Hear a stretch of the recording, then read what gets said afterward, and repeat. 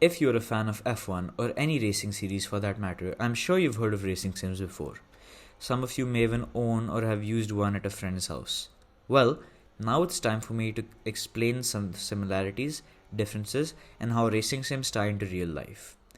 Sim racing started out in arcades decades ago with a simple wheel, pedal set, and some AI rivals.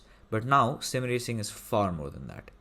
Now, sim racing is used by the likes of Max Verstappen and Lando Norris to improve their racing while off the track and as a fun little hobby on the side. When it comes to racing sims, there are many kinds of simulators you can buy and use. Some are the F1 series of games, some use Assetto Corsa, and some use series like iRacing. However, some less realistic sims include but are not limited to series such as Need for Speed or the Forza Horizon franchise. But those are more arcadey than simulator. There are some key differences between sim racing and racing in real life. While in the sim, you can't really feel your car, you can't feel the G forces, you can't feel the brakes when they're about to lock up.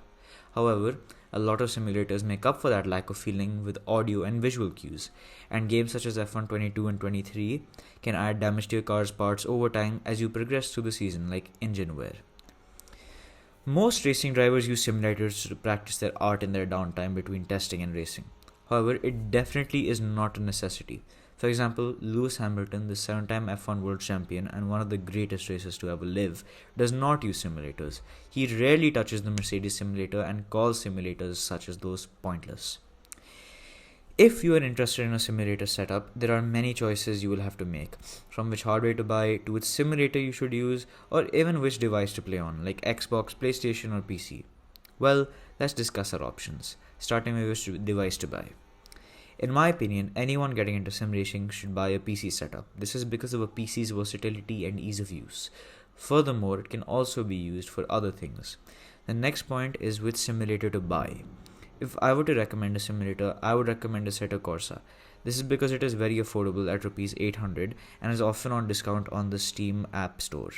Furthermore, Assetto Corsa is not very demanding in terms of system requirements, as it is a 2014 game. Assetto Corsa is also a very large community that is constantly making mod packs for the game. This ensures that the game does not become boring very easily or stale. My final point on why you should purchase Assetto Corsa as your simulator is because it is easily the most realistic simulator available alongside iRacing. However, if you are strictly interested in playing an F1 racing sim and experiencing the F1 season, then I would recommend F1 23. But keep in mind that it costs a lot more. It is far more demanding on your device and it is very hard to mod. My final point to be discussed is the hardware you should purchase for your first sim. Let's start with the wheel. There are three types of wheels you can get.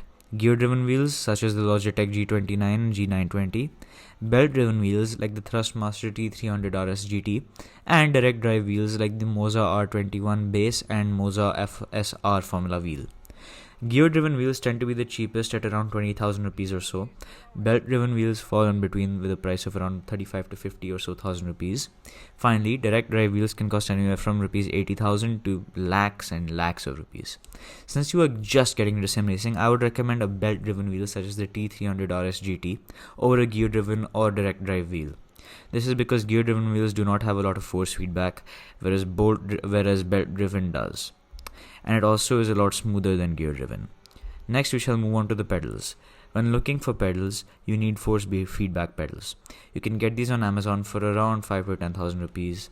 And finally, if you want a stick shifter, you can buy any stick shifter at the price range of 5 to 10,000 rupees. However, I wouldn't recommend it as most of these wheels that you would get come with a paddle shifter inbuilt, which is a sequential shifter.